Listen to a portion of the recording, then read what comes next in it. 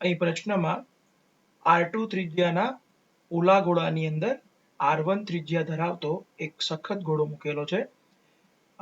બહારની જે સપાટી રહી R2 ત્રિજ્યા ધરાવતા ગોળાની એના ઉપર સિગ્મા જેટલો પૃષ્ઠ વિદ્યુતભાર ઘનતા ધરાવતો વીજભાર છે અને અંદરનો જે ગોળો છે એના ઉપર જે વિદ્યુતભાર ઘનતા છે એ ρ બરાબર ρ0 ના છેદમાં r જેટલો છે, જે અચળ નથી, અંતર સાથે બદલાય છે એવું આપેલું છે.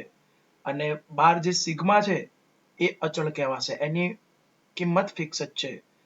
એને આપણે પૃષ્ઠ વિદ્યુતભાર ઘનતા પણ કહી શકીએ. હવે પ્રશ્નમાં શરત આપેલી છે કે સમગ્ર તંત્રનો કુલ વીજભાર 0 છે. તો આપણે અંદરનો જે ગોળો છે એનો વીજભાર Q1 ગણીએ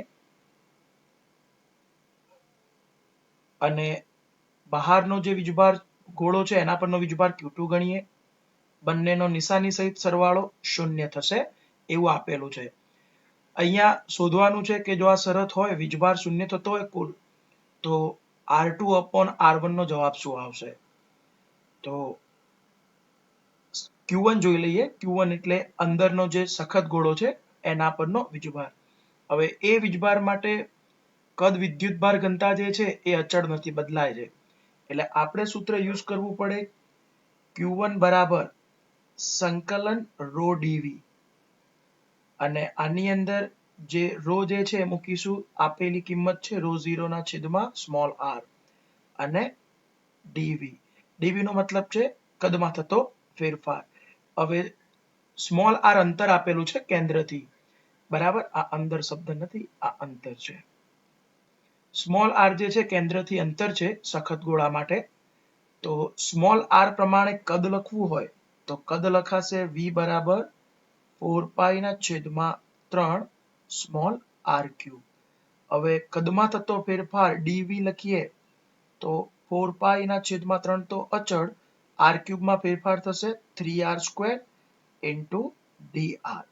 તો આપણે આ dV ની જગ્યાએ મૂકી દઈશું 4π/3 3r² dr. તો આપણને Q1 મળશે સંકલન ρ0 ના છેદમાં r 4π, હવે 3 તો કટ કરી દઈએ તો 4πr² into dr.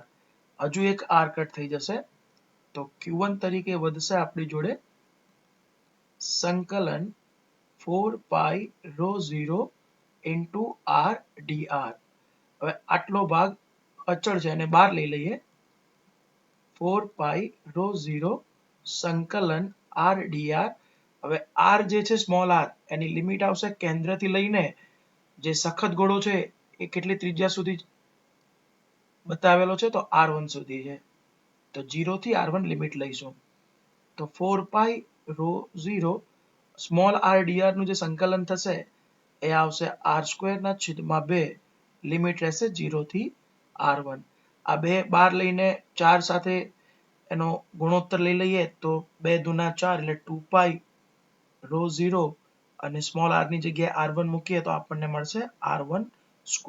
તો આપણને Q1 વીજભાર મળી ગયો, બરાબર છે. અને હવે જોઈએ Q2 વીજભાર. તો Q2 વીજભાર માટે તો સિગ્મા બરાબર Q2 ના છેદમાં a. આ પૃષ્ઠ વિદ્યુતભાર ઘનતા છે તો અહીંયા ક્ષેત્રફળ આવશે. તો Q2 બરાબર સિગ્મા into a. સિગ્મા તરીકે આપણે અહીંયા ઋણ પૃષ્ઠ વિદ્યુતભાર ઘનતા છે તો અહીંયા સિમ્બોલ માઇનસ મૂકી દઈશું. માઇનસ અને પૃષ્ઠ સપાટીનું ક્ષેત્રફળ લઈએ બહારના ગોળાનું તો 4πr² થશે.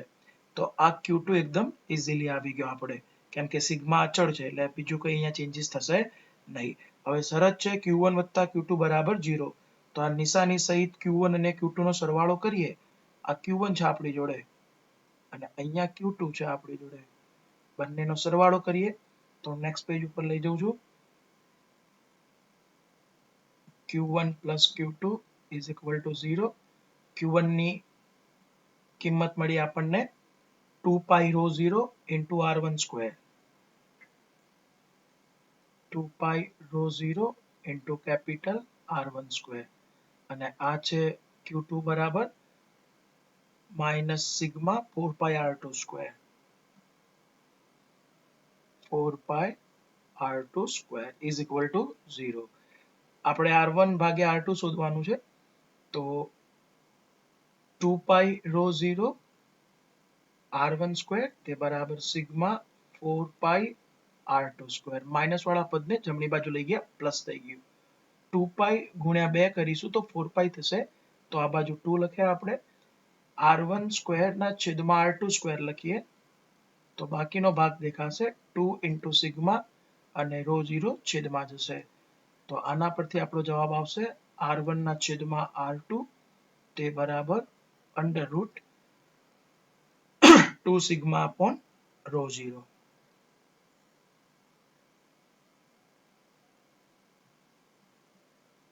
B option correct.